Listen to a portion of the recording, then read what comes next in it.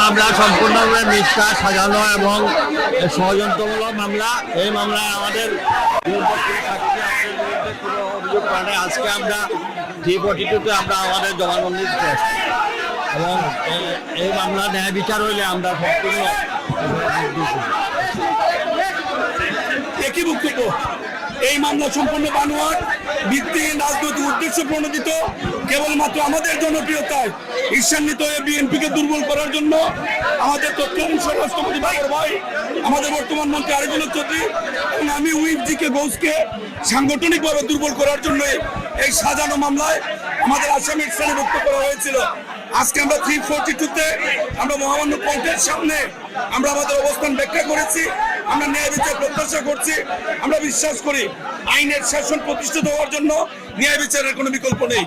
কার্যক্রম আওয়ামী লীগের আবার কেমন থাকতে পারে জানতে পারেন, বুঝতে পারেন, সেটার ব্যাপারে আমি কোনো বক্তব্য দিতে চাই না। পুরো মানুষের উদ্দেশ্য প্রণোদিত বিএনপিকে এবং বিএনপির নেতা কর্মীদেরকে আমাদেরকে ধ্বংস করার জন্য। সর্বোপরি আমাদের নেত্রী এবং আমাদের নেতা জনাব তারেক রহমান মাননীয় প্রধানমন্ত্রীকে ক্ষতিগ্রস্ত করার জন্যই 21শে আগস্ট 10 ট্রাক এবং এই সমস্ত আমরা একই উদ্দেশ্য, একই কারণ।